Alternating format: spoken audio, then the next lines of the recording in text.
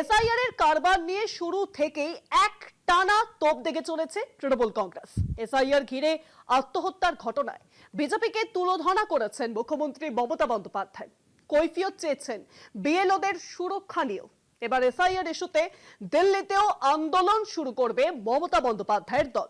শুক্রবার নির্বাচন কমিশনে যাচ্ছেন তৃণমূলের 10 জন সাংসদ, আর তারপরে সংসদের শীতকালীন অধিবেশনে এসআইআর নিয়ে তোলপাড় করবে তৃণমূল কংগ্রেস। ইতিমধ্যেই সংসদের দুই কক্ষে এসআইআর এবং নির্বাচন কমিশনের ভূমিকা নিয়ে আলোচনার দাবি জানিয়ে নোটিশ দেওয়া হয়েছে তৃণমূলের তরফ থেকে।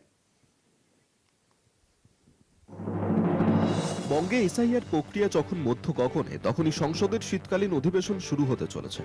তৃণমূল কংগ্রেসও তৈরি দিল্লিতে ঝড় তুলবে। সংসদের এবারের শীতকালীন অধিবেশন মোদি জমানার অন্যতম ছোট অধিবেশন হতে চলেছে। সংসদ বিষয়ক মন্ত্রী কিরেন রিজিজু দিন কয়েক আগে শীতকালীন অধিবেশনের দিনক্ষণ ঘোষণা করেছেন।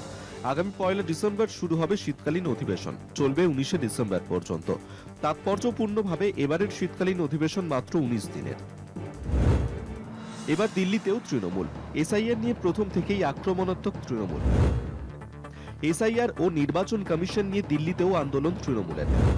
শুক্রবার তৃণমূলের 10 সাংসদ যাচ্ছেন নির্বাচন কমিশনে। সংসদের শীতকালীন অধিবেশনে এসআইআর নিয়ে আক্রমণাত্মক হবে তৃণমূল কংগ্রেস।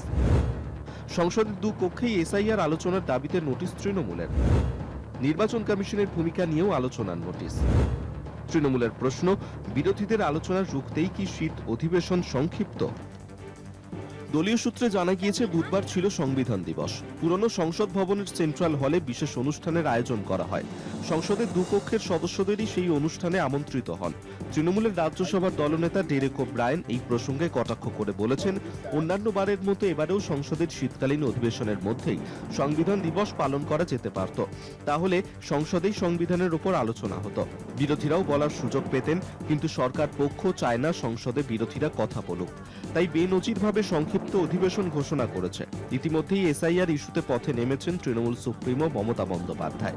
রাজ্য জুড়ে তো বটেই, আর কিছুদিনের মধ্যে দিল্লিতেও আন্দোলন শুরু করছে তৃণমূল। সংসদের শীতকালীন অধিবেশনেও এসআইআর নিয়ে সরব হচ্ছে রাজ্যের শাসক দল। সূত্রের খবর, ইন্ডিয়া জোটের অন্য বিরোধীরাও এই ইস্যুতে তৃণমূলের সঙ্গে থাকতে পারে। এই নিয়ে ইতিমধ্যেই অন্য দলের সঙ্গে কথা শুরু হয়েছে। কলকাতা টিভি।